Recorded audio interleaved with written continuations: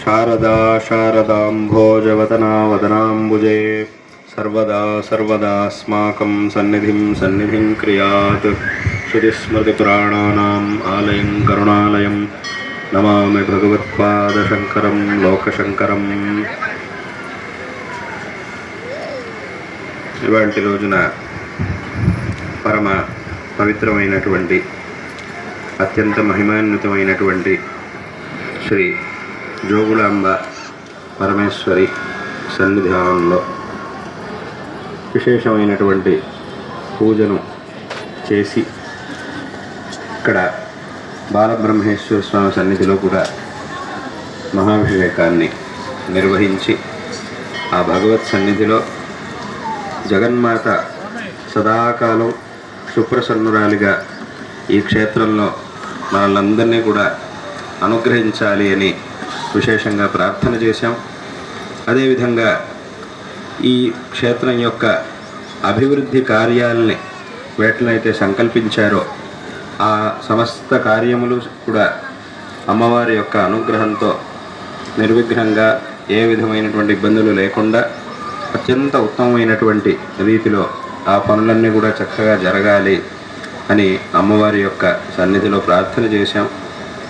ఈ కార్యములన్నీ కూడా తప్పకుండా అమ్మవారి యొక్క అనుగ్రహంతో ఎంతో వైభవపేతంగా జరిగి ఈ క్షేత్రం యొక్క వైశిష్ట్యం, ఈ క్షేత్రం యొక్క ప్రసిద్ధి, అభివృద్ధి ఇంకా కూడా జరుగుతుంది అనేటటువంటి విషయంలో ఏమాత్రం సందేహం లేదు.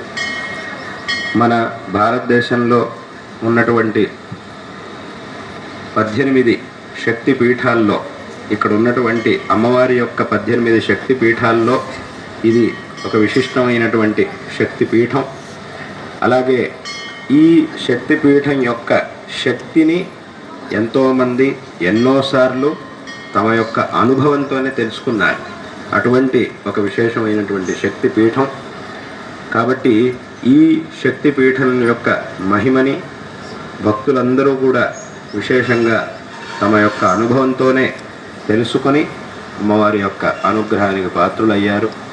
కాబట్టి ఇటువంటి ఈ క్షేత్రం యొక్క అభివృద్ధిని, ఈ క్షేత్రం విషయంలో, అమ్మవారి విషయంలో మనం ఇంకా కూడా శ్రద్ధని పెంచుకొని క్షేత్రాన్ని ఇంకా కూడా విశేషంగా అభివృద్ధి చేయడం అనేది అందరి యొక్క కర్తవ్యం. ఇక్కడ క్షేత్రాన్ని అభివృద్ధి చేయడం అనేటటువంటి మాటకు అర్థం ఏమిటి అని అంటే ఆ క్షేత్రం విషయంలో మన యొక్క శ్రద్ధని పెంచుకోవడం. ఎందుకంటే మనం అభివృద్ధి చేసినా చెయ్యకపోయినా క్షేత్రంలో అమ్మవారి యొక్క సాన్నిధ్యం, అమ్మవారి యొక్క శక్తి అది ఒకే రకంగా ఉంటుంది. అయితే ఆ శక్తికి, ఆ అనుగ్రహానికి మనం పాత్రులం అవ్వాలి అని అంటే మన యొక్క శ్రద్ధని మనం పెంచుకొని క్షేత్రాన్ని అభివృద్ధి చెయ్యాలి. ఎందుకంటే ఇప్పుడు మనం అభివృద్ధి చేయడం అథవా అభివృద్ధి చేయకపోవడం వల్ల అమ్మవారికి ఏ విధమైనటువంటి లాభ నష్టాలు ఉండవు, భగవంతుడికి ఏ విధమైనటువంటి లాభ నష్టాలు ఉండవు. కానీ అమ్మవారు మనల్ని అనుగ్రహించడానికి ఈ క్షేత్రములో తన యొక్క దివ్య సాన్నిధ్యంతో విరాజమానురాలై ఉన్నప్పుడు ఈ క్షేత్రాన్ని శాస్త్రోక్త విధానంతో సంప్రదాయబద్ధంగా అభివృద్ధి చేయడం అనేది మనందరి యొక్క కర్తవ్యం.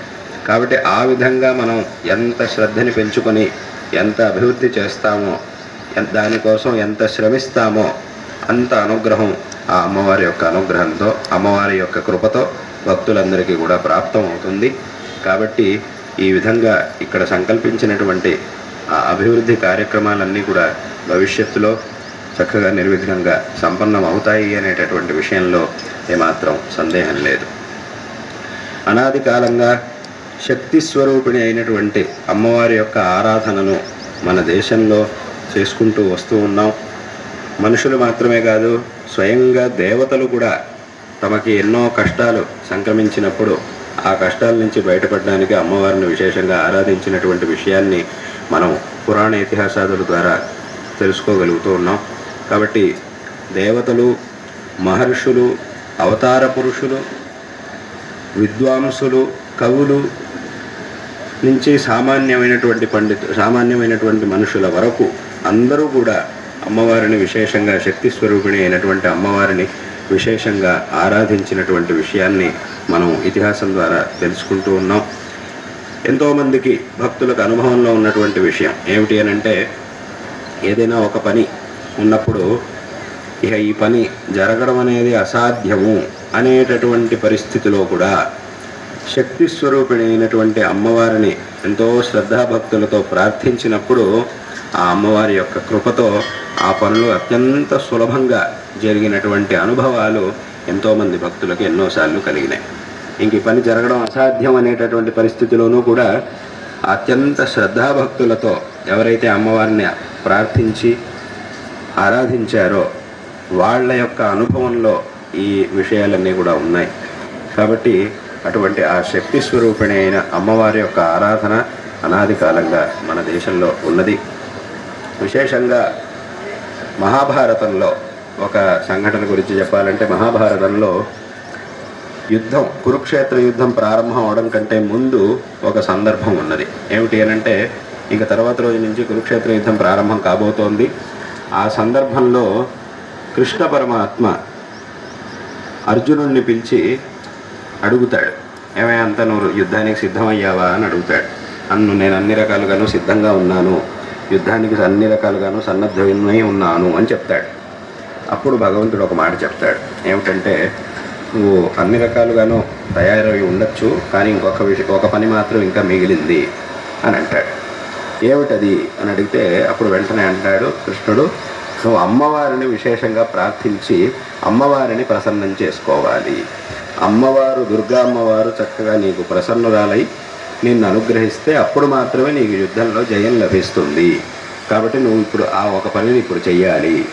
ఇంకా చివరిగా చేయవలసినటువంటి పని అదొకటి ఉంది, అది కానిదే ఇంకా నీకు యుద్ధంలో జయం అనేది కుదరదు. కాబట్టి ముందు నువ్వు అమ్మవారిని విశేషంగా ప్రార్థించు, అమ్మవారిని చక్కగా ప్రసన్నం చేసుకో అని చెప్తాడు. అప్పుడు కృష్ణుని యొక్క ఆజ్ఞతో వెంటనే అర్జునుడు అక్కడే తపస్సు చేసి వెంటనే మనస్సులో అమ్మవారిని ప్రార్థిస్తాడు, ఎంతో శ్రద్ధాభక్తితో ప్రార్థిస్తాడు. అప్పుడు అమ్మవారు అక్కడ ప్రత్యక్షం అవుతుంది, దుర్గా అమ్మవారు ప్రత్యక్షం అవుతుంది. అమ్మవారిని వెంటనే అర్జునుడు ఒక స్తోత్రంతో కీర్తిస్తాడు. ఆ స్తోత్రాన్ని కూడా మనం మహాభారతంలో భీష్మ పర్వంలో చూడొచ్చు.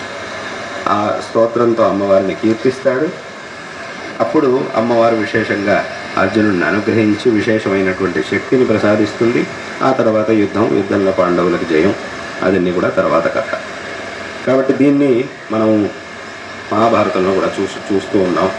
అదేవిధంగా జగద్గురు శ్రీ ఆదిశంకర భగవత్పాదాచార్యుల వారు మన యొక్క సనాతన ధర్మాన్ని ఉద్ధరించినటువంటి మహాపురుషులు.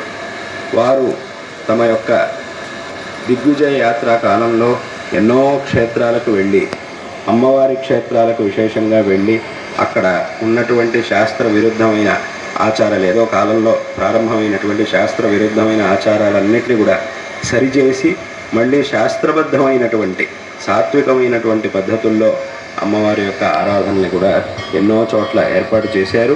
ఇవాళకి కూడా అదే పద్ధతిలో ఆయా క్షేత్రాల్లో ఆయా ఆరాధనలు ఇవాళకి కూడా కొనసాగుతూ ఉన్నాయి.